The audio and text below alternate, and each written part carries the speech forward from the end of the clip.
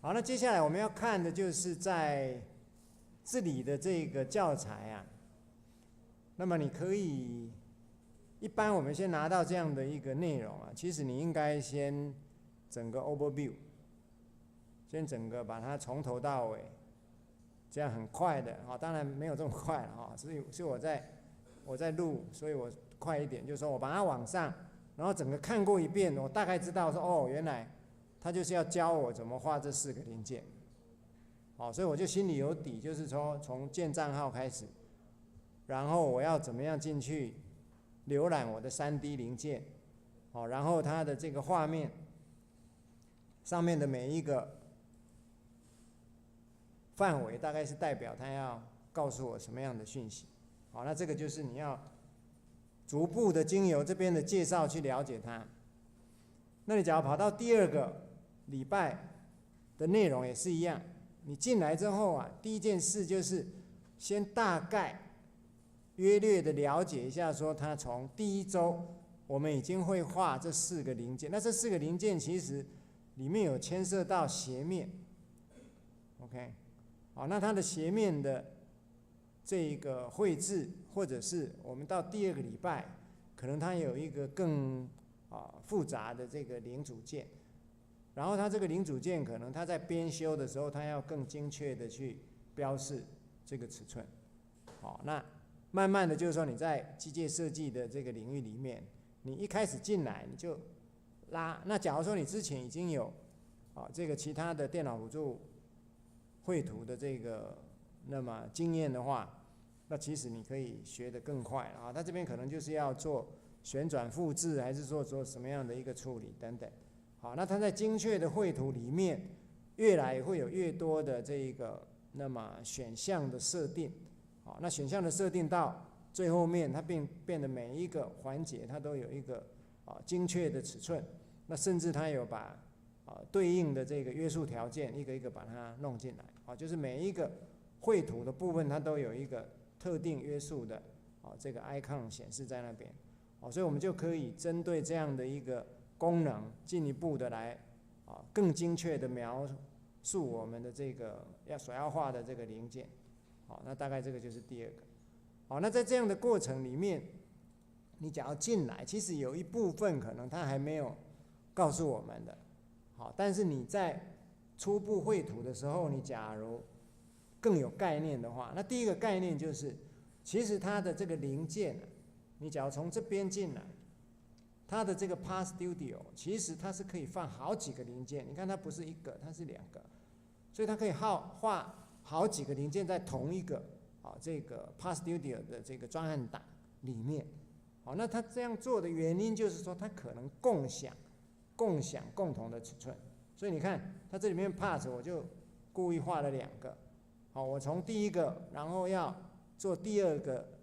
平面的时候，我是直接用滑鼠右键，然后它这边我可以，假如是平行的就简单了，我就 offset，OK， 我直接 offset， 然后我 offset 之后我就，那假如说这个方向的部分我不是要往这边，我是要往另外一边，那它其实都是共通的。好，你可以从这个方向，然后我的面是从那边跑，然后跑到一个特定的定位，在这边就有一个尺寸。好，那我们上次也告诉你说，你假如要修改，一开始进来就要修改你的工作 workspace 的这个尺寸单位的话，你是在这边弄。所以我们一般在台湾大部分都是公制的，所以你应该是用 mm 来做。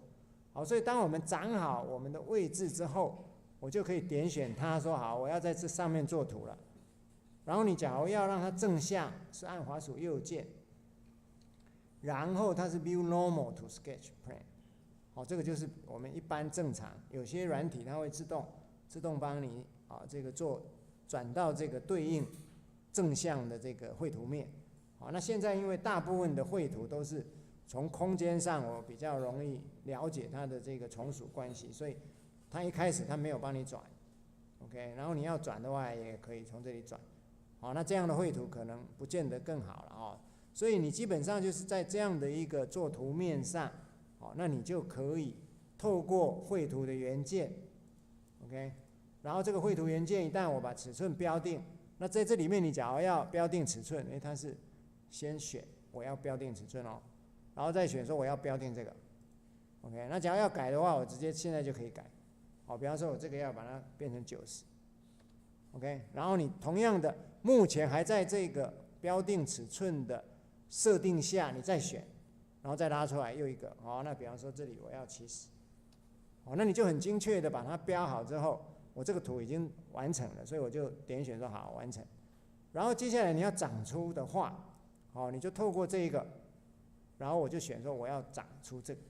那看你的方向，你到底是这个还是那个？假如是反方向，它这边就有没有？然后你就可以，你也可以直接像刚刚我们在拉 offset plane 一样，直接用拉的，或者你在这边就直接给定。好，那这里有一个很重要的概念，就是说好，那假如我这些尺寸基本上是用代数，用某一个变数来表示的话，那我要怎么做？所以在这里面，你假如看的话，其实它在，因为我们这边就是因为它的功能选项太多，所以它没有办法全部列，所以它才会从这里往下。假如你的萤幕够大，其实它会整个一排全部秀出来。那这个变数的部分，其实你假如说看到某一个指令你不晓得，你就停在那边大概1-2秒，它就会秀出它的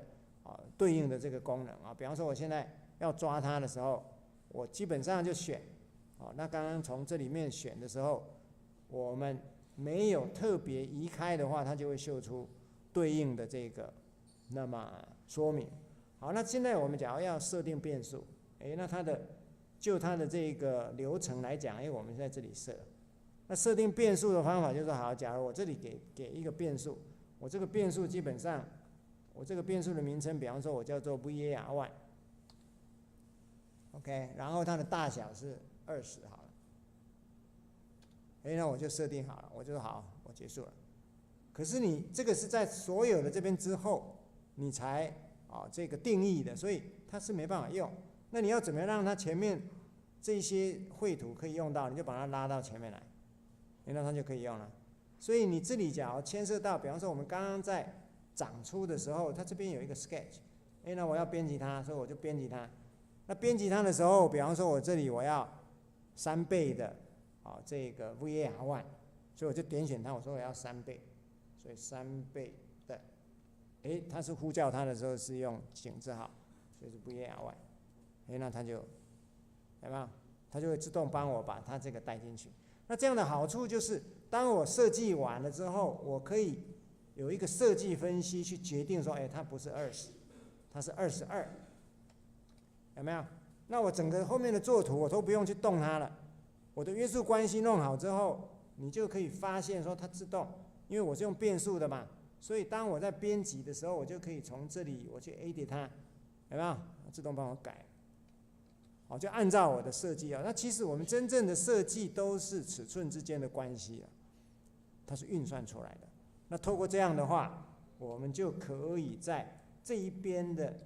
变数参数的运用上，我们就可以得到好处。这是一个。好，那第二个就是刚刚讲的，就是你所有的零件，假如你在这边长出来，有没有？它这边3个零件，那这3个零件我后面要组的时候，我这3个是有联动关系的。比方说我是同样挖一个孔，那个孔要缩要放，由一个变数来决定。那这样的这个 parts 对我来讲，其实这3个是有关系。我不要把它分成3个 part studio。我就全部把有关联、特性一样的零组件，的零件，我就放在同一个 Part Studio 上。然后等到我要组立的时候，我就可以一一的把它叫出来。比方说，我这里要利用它来组立的话，那它这边就要 Insert， 有没有？那 Insert 里面，你假如去呼叫到我们刚刚那一个，有没有？我就呼叫到刚刚那一个，它是可以分开来，直接把它插进来。所以透过这样的话，我们就可以很灵活的把第1周、第2周这些零件画好。其实我们假如到时候要组立的话，我们就可以利用每一个对应的尺寸。假如我们可以透过参数的运算得到好处的话，我一开始就想到了，我就可以把它在设计的这个当下我就马上定义。可是假如没有也没有关系，反正你后面定义的这些零组件，你还是可以来使用。那这边的零件假如你要找的，因为这些都是 public，你只要打 CADP 2018底线 EX1，你就可以找 copy 我这边的零件。好，那这边的零件其实这一个档案就是在告诉你，我现在是用滑鼠的右键，它是透过3个点来定面，3个点，所以其实你的像这种面啊，通常我们在做，尤其是在做阻力的时候，实体阻力的时候，我们的那个所谓的夹制具，其实这个面就很重要。有些模具你在特定安装阻力的时候，你需要有一些支撑面，那些支撑面就必须要跟我零件的这个机构特性要有对应。那它可能是用参数来，可能用尺寸来约束它。OK， 所以这里面变成是说我们在设计的时候，你的夹制具到底我在焊接的时候，你的支撑点、支撑面要在哪一个定位上？可能我们是用这些尺寸来定义其中的某一个点。然后这3个点一旦定义好之后，你就可以透过它的这个面，因为你在做面的时候，我这边在做定义平面的时候，它其实这边就有这么多的可能的定义的方式。OK， 我可以利用面通过点，我可以利用线跟角度等等，那这边必须要具有唯一性了。好，那意思就是说，我们在整个后续课程进行的时候，你就会慢慢去了解说，原来其实它就是要让我们在特定零组件设计绘图的时候，那当然这边感觉上好像没有在设计，但参数进去之后就有在设计了。可能我今天的这个长出的体积，我要控制在一个范围内，对不对？那当我一开始设定的参数拿出来做分析的时候，它可能不符合我的要求啊。那不符合我的要求的时候怎么办？就再回去啊。那透过回去之后，我再透过我的长宽高，透过我里面的这个绘图的这些尺寸去变化。好，所以我想我们在这个作业里面透过它的这个导引，我们就可以慢慢一个一个把它对应的这些功能都把它搞清楚。好了，所以我们今天就大概对这个部分的内容大概说到这边。所以基本上就是你要了解这个 parts 有关联的，然后你今天假如要找这个包括平面也好，或者是我们刚刚讲的这个变数的部分，变数现在它跑到哪里去？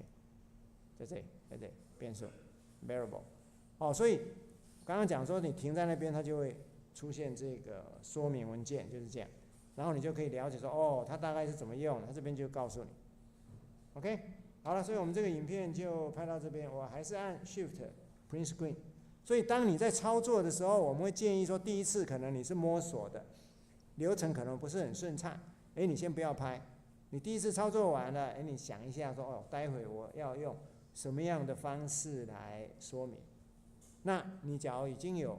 这个比较好的基础，可能你有一些其他的发现，你也可以放在你的影片里面，然后我们同学之间就可以互相学习，那这样的一个进展就会比较快。然后你大概也要在过程里面赶快想一下，说我在第10周我要6个人一组，OK， 那这6个人一组我要做的题目，我其实是从这边来的所以你可以，当然这边是建议而已的你可以从这个进来，然后看一下我们这边有部分的这个题目有 3D 列印的 ，OK， 有刚刚秀的那个行走机构，有钢球运动系统，有机械臂，那有一些可能你可以全部都是 virtual 的，因为也许做实体的部分不是那么容易的。好，那透过这一些，你大概就有6个人要赶紧在这几个礼拜里面把这个对应的这一些组大概稍微筹组一下，然后我们第9周期中考周结束之后，我们第10周就有6个人一组要来做协同的这个电脑辅助设计 ，OK。